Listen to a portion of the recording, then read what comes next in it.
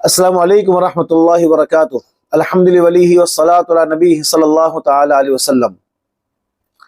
محترم سامعین کرام، ہیئر ٹرانسپلانٹ اور مصنوعی وگ سے متعلق شریعت کا کیا حکم ہے؟ اس لیے کہ اس زمانے میں بہت سے نوجوانوں کے بال سر سے اڑ جا رہے ہیں، گنجے ہو رہے ہیں جوانی میں، اور گنجا ہونا ایک اعتبار سے بدصورتی ہے۔ ان لوگوں کے نکاح کا مسئلہ بھی آ جاتا ہے، تو کیا یہ ہیئر ٹرانسپلانٹ کروا سکتے ہیں؟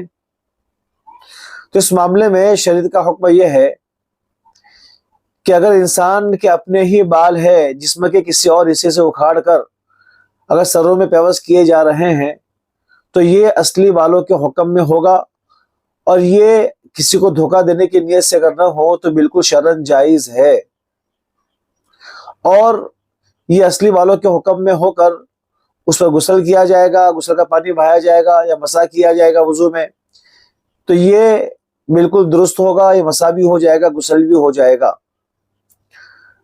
البتہ اگر کسی اور انسان کے بال لگائے جا رہے ہیں یا سور کے بال لگائے جا رہے ہیں، سر میں پیوست کیے جا رہے ہیں، تو یہ شرعاً جائز نہیں ہے، گناہ کبیرہ ہے۔ اگر کسی اور جانور کے ہے تو اس سے گنجائش ہے، البتہ سور کے ہے یا کسی اور انسان کے ہے تو درست نہیں ہے، جائز نہیں ہے۔ دوسرا مسئلہ ویگ لگانے کا ہے کہ بہت سارے مصنوعی ویگ ہوتے ہیں جو مصنوعی بال اسے کہتے ہیں کہ اس کو پہن لیا جاتا ہے اور جب چاہے اس کو آسانی سے نکال لیا جاتا ہے، تو اس کے بھی پہننے کی گنجائش ہے۔ اگر یہ کسی انسان کے بال نہیں ہے یا سور کے بال نہیں ہے تو گنجائش ہے، مصنوعی بال ہے یا کسی اور جانور کے بال ہے تو اس کی گنجائش ہے۔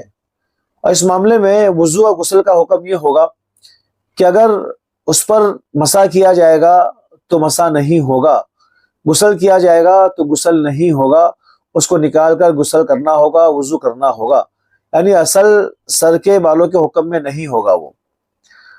البتہ بعض بھی ایسی ہوتی ہے جس کو بالکل سر پہ پیوست کر دیا جاتا ہے، اس کو اس طور پر کہ بغیر ضرر کے نکلنا ممکن نہ ہو، بغیر تکلیف کے، بغیر ضرر کے نکلنا ممکن نہ ہو، تو ایسے معاملے میں اس کا حکم بھی اصل سر کے بالوں کی طرح ہوگا کہ اس پر اگر پانی پہنچا دیا جائے گا یا کہ وضو کر لیا جائے گا، مسح اس پر کر لیا جائے گا تو مسح ہو جائے گا۔ البتہ یہ بات دھیان رہے کہ کسی کو دھوکہ دینے کے قصد سے نہ کیا جائے۔ یہ دونوں مسائل تھے جو آپ کے سامنے رکھنے ضروری ہے، اس لیے اکثر نوجوان اس معاملے میں سوال کرتے ہیں۔ وآخر دعوانا ان الحمد للہ رب العالمین۔